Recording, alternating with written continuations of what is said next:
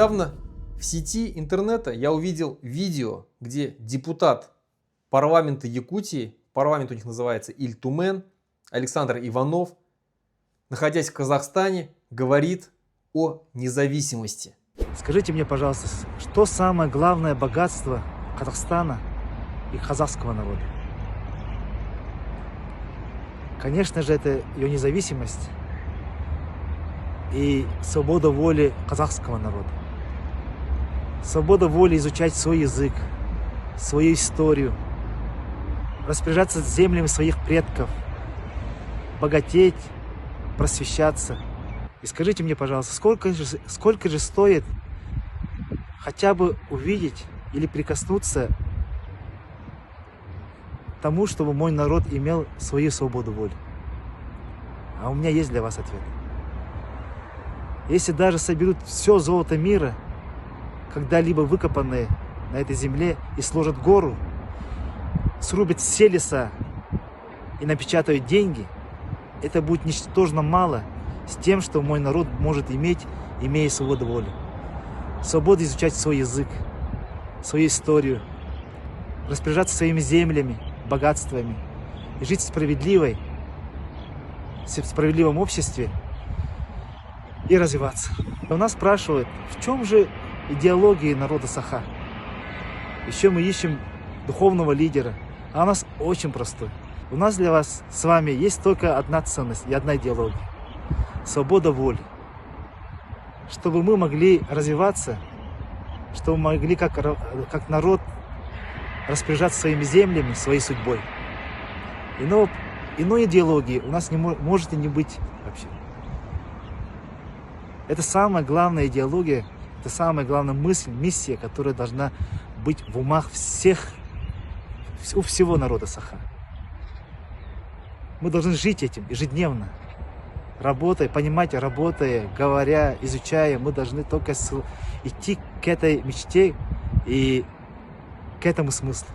Данное видео, когда я увидел, оно на меня произвело впечатление. Почему? Ну потому что сегодня, когда в условиях вот такой диктатуры, цензуры, запрета всего, что можно в России, люди, которые говорят о независимости, кажутся чем-то таким удивительным. И это не простой человек. Это человек-депутат. Депутат парламента целой национальной республики. Такое представить у нас в Башкортостане просто невозможно. У нас в республике Башкортостан весь парламент всегда, что при Рахимове, что при Хамитове, что при сегодня Хабирове, он всегда был послушен Белому дому, который находится в Уфе, на Тукаева. И, конечно, независимости от какой-либо этой партии не была, Единая Россия, Справедливая Россия, коммунисты или ЛДПР, все они дружно голосовали, дружно проводили генеральную линию, которая шла из Москвы, либо, еще раз говорю, из правительства Республики Башкортостан. Представить, чтобы кто-то из депутатов, без разницы какой партии, что-то подобное сказал у нас в республике, это просто нереально. У нас до такой степени все перепуганные, к тому же они все проведены туда, в Госсобрании Курултай, через согласованные списки, что там просто не может попасть какой-то человек, который бы мог бы высказаться в подобном ключе. Единственный, наверное, депутат более-менее независимый, который был, это был Чувилин, Дмитрий Чувилин от КПРФ, который прошел туда, тоже согласованно прошел, но имел, скажем так, возможность иногда высказываться против каких-либо законов, законопроектов, критиковать власть, но его быстро посадили. И дали ему огромный срок. Все мы знаем это марксистское дело. Но Саха-Якутия, она всегда отличалась. Она всегда отличалась от других национальных республик.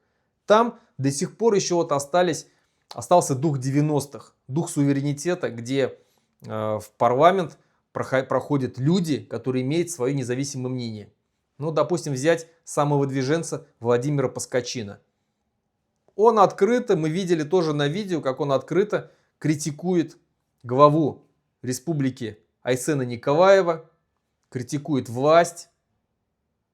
Такое представить у нас в республике, чтобы кто-то, какой-то депутат критиковал Хабирова, Хамитова там, или до этого Рахимова, просто невозможно.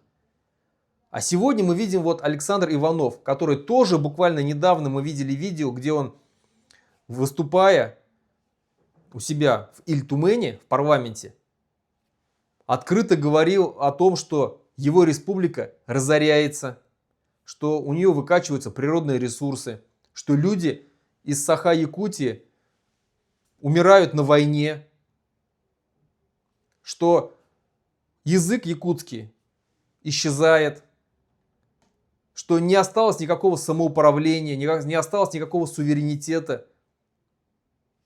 Такое, еще раз говорю, представить, чтобы кто-то из башкирских депутатов сказал об этом, ну это нереально, это невозможно представить. А там такое говорят. И вот сегодня мы видим, что Александр Иванов пошел дальше. Он уже сказал о независимости Саха-Якутии. Я ждал, когда кто же первый из людей такой вот, из непростых людей, а вот из каких-то известных общественных деятелей, лидеров общественного мнения, чиновников, депутатов, бизнесменов известных, кто первый об этом заговорит. И это вот был Александр Иванов. Они чувствуют тренд, они чувствуют, что сегодня идея независимости, она действительно сидит в умах огромного количества людей. Они это понимают, и они прекрасно знают, что тот, кто первый начнет об этом говорить, он себе сделает большой человеческий капитал, большой политический капитал, заработает политические очки в будущем. Он, конечно же, рискует. Он рискует, прекрасно понимает, что его могут посадить, мало того, убить даже. Но люди, политики, они идут на такой риск. Сегодня говорить свободно о независимости можем только вот мы, находясь здесь, за границей. Деятели, национальные деятели, когда мы призываем к независимости, объясняем, что независимость это лучше, и наши слова доходят до общества, там, в республиках, там, в России. И люди действительно переосмысливают, осознают. Если еще 4 года назад, когда я говорил о независимости, люди смеялись, люди не верили, люди говорили, что это нереально, мы не справимся, мы не сможем.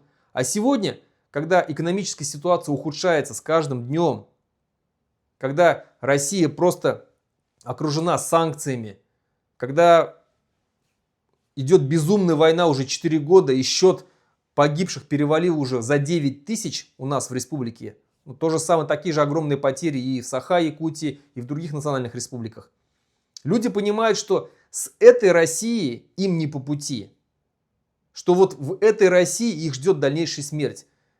Можно было бы топить за объединение с Россией, сохранение всей Российской Федерации как целостного государства, когда твоему народу хорошо живется, когда соблюдаются права твоего народа, когда твой язык не запрещают, а наоборот развивают, когда дети разговаривают на своем родном языке. Но этого же нету.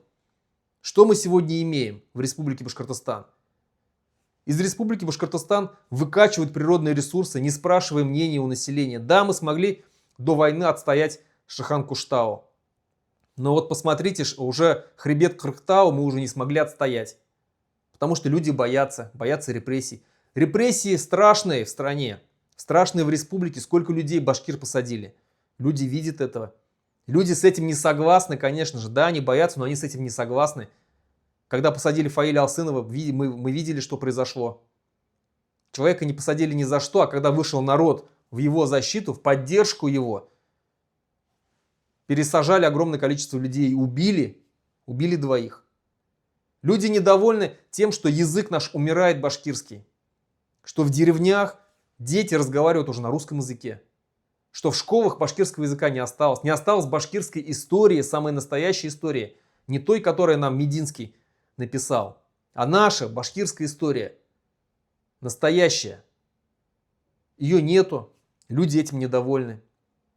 Люди видят, как падает их состояние, экономическое состояние, как на работах задерживают зарплаты, как цены растут в магазинах, цены растут за услуги ЖКХ, бизнес невозможно вести. Конечно, им это не нравится. А раз не нравится, люди начинают искать другой выход. Люди начинают уже прислушиваться к словам, даже к таким радикальным, как независимость. И начинают понимать, глядя на другие соседние страны, которые еще вчера были такими же колониями, какими являемся мы сегодня. Казахстан, Узбекистан, страны Балтии, Грузия, Армения. Да, возможно, они живут не так хорошо, как в Москве, Санкт-Петербурге или других, Казани, других больших городах, но у них есть свобода. Они сами распоряжаются своей экономикой, своей внешней политикой. Они хозяева на своей земле. Об этом как раз и говорит Александр Николаев, что самое великое, что может быть у народа, это свобода. Свобода выбора. Когда ты сам решаешь свою судьбу. Не тебе навязывают с Москвы, а ты сам хозяин на своей земле. Это очень важно.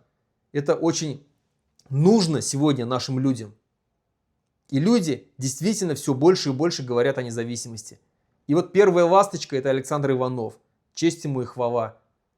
И я верю, что у нас среди наших башкирских, пусть не депутатов, но каких-либо известных людей, об этом скоро заговорят открыто.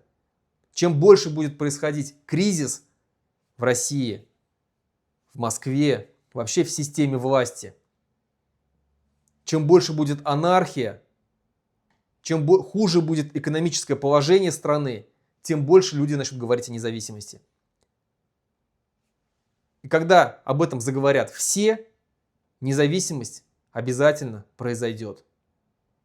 Спасибо вам, что вы говорите об этом, что вы думаете об этом, что вы нас поддерживаете. Независимость обязательно случится. И башкиры будут свободны, и Республика Башкортостан станет независимым государством. До свидания.